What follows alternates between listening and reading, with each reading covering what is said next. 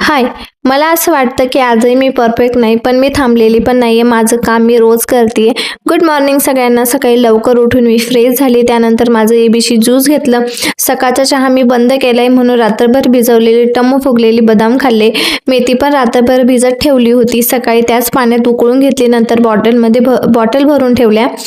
नंतर स्प्रे बॉटलमध्ये ते पाणी भरून घेतलं. हे तुम्ही 2 ते 3 दिवस फ्रीजमध्ये स्टोअर करून पण ठेवू शकता. त्यापेक्षा जास्त दिवस नाही, नंतर त्याचा वास यायला लागतो. मेथीत प्रोटीन आणि निकोटिनिक ॲसिड असते, जे केसांच्या मुळांना मजबूत करते आणि हेअरफॉल पण कमी करण्यास मदत करते. ते केसांना स्प्रे करून घेतल्यानंतर घराला झाडू वगैरे मारला. ब्लँकेट वॉश करायचं होतं, ते केलं अंघोळीच्या आधी. नंतर टेरेसवर वाळत टाकलं. खूप ऊन होतं आज. त्यानंतर अंघोळ केली, स्किन केअर केली आणि जेवण बनवायला घेतलं. आज मी उसळ बनवणार होती. कांदा, टोमॅटो, कोथिंबीर कापून घेतली. त्यानंतर जिरे लसणाची फोडणी दिली. सर्व व्यवस्थित परतून घेतलं आणि भिजवलेली मटकी टाकली. सर्व जेवण वगैरे बाकी पण रेडी करून घेतलं.